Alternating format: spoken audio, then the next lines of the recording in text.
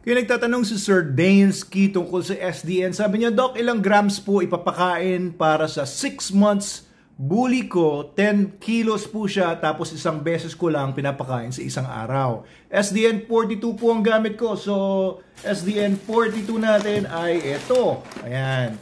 So, ito ang ginagamit daw ni Sir Dansky. 1 meal a day, pero yung puppy niyo po, sir, is 6 months old pa lang. Pag 6 months old pa lang ang puppy, hanggang dumating siya ng 1 year old, kailangan po mga 2 times a day niyo po siya pinapakain. Hindi po 1 time. Yung 1 time a day po, pinapakain po yan sa aso, or yan yung method ng pagpapakain sa aso, pag dumating na po siya ng mga 1 year old pataas. Pag adult na. Kasi yung mga puppies po, ang taas ng metabolismo niyan.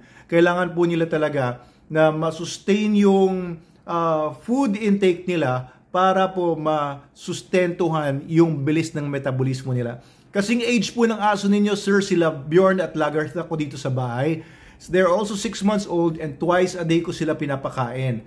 Now, the rule of thumb is 1 to 2%, okay? Pagka SDN 42 ang pinapakain nyo, 1% per day. Okay yan, sa simula. Tapos tatansyahin nyo muna. Pagka mukhang kinukulang, dagdagan nyo, pwede naman. As long as hindi lumambot yung dumi niya, pwede kayong magdagdag. Kasi ang ang negative effect lang naman kapag sumobra ang pakain ninyo, mag-soft poop kasi overnutrition na siya. So, what you need to feed your bully, kung 10 kilograms siya, is simply 100 grams per day lang. Wala pang 1/2 cup yon. Okay, i-divide nyo into 2. So, 1/4 cup sa umaga, 1/4 cup sa gabi. Okay, so yan lang po ipapakain sa aso ninyo. After 1 week, check ninyo kung medyo pumapayat siya or parang feeling nyo kulang pa siya sa laki, lapad, dagdag po kayo. Pwede kayo magbigay ng 1/2 cup sa umaga, 1/2 cup sa gabi. Depende po, no? Tansyahin nyo lang. Pero kung okay naman sa kanya yung 1/4 cup in the morning, 1/4 cup in the afternoon, wag nyo na po dagdagan. Okay na po yun. Pero kung halimbawa, no, tumataba naman siya masyado, babawasan nyo po yung pagbibigay nyo ng SDN. Kagaya ng ginawa ko kila Lagartha at saka kila Bjorn, ngayon si Lagartha, feeling ko na sa mga 22 kilograms siya. Ayan, laki na no? Halos kasing laki siya ni Logan kung makikita nyo sa mga previous videos ko. So, if she is about 22, 23 kilograms, kailangan na pinapakain dyan is mga 220 to 230 grams per day. O, i-divide into 2. Medyo lumampas siya ng konti doon kasi 300 grams siya per day. So, 150 sa umaga, 150 sa hapon. Okay, ganyan pong katipid ang SDN. So, kung halimbawa po sa aso nyo na 10 kilos na bully, yung 1 kilogram na SDN na ganito, good for 10 days na ito. Ang isang ganito po ay parang nasa 300, pero kung bibili kayo ng mas malalaking bags, mas makakamura kayo. So, nasa mga 280 pesos per kilogram ang SDN 42 kung yung malalaking bags, kasi mahal po yung packaging, kaya bumili na kayo ng malaki.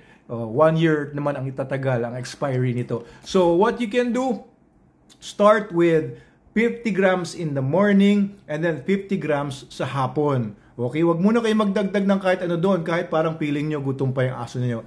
Hayaan nyo po, wag nyo po munang bigyan ng sobra doon. Pero the next few days, pag nakita nyo na medyo pumapayat or kulang pa, magdagdag lang po kayo.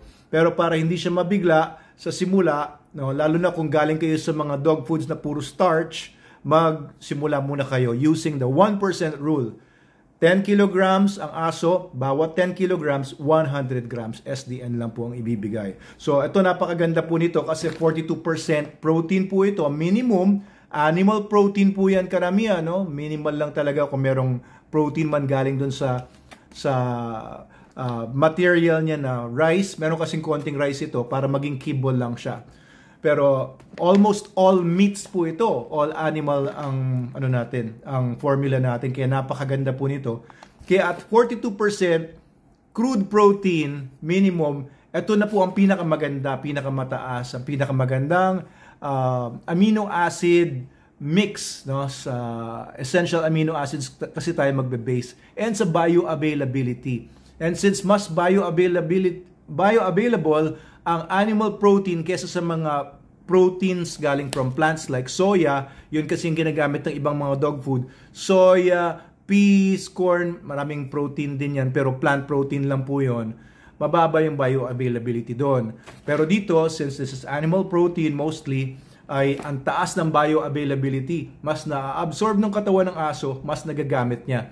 Mas na susustentuhan yung tinatawag na mga essential amino acids kasi yun yung kailangan. Yun ang hindi ma-produce ng katawan ng aso ninyo.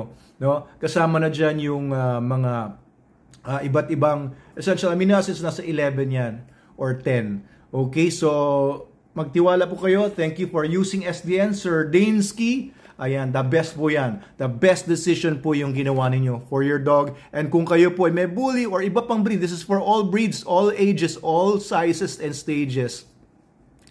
The best po magagawa ninyo for your dog para mas healthy siya, mas mahaba ang buhay niya, and mas matalino, mas magandang performance ng aso nyo, mag-SDN na po kayo.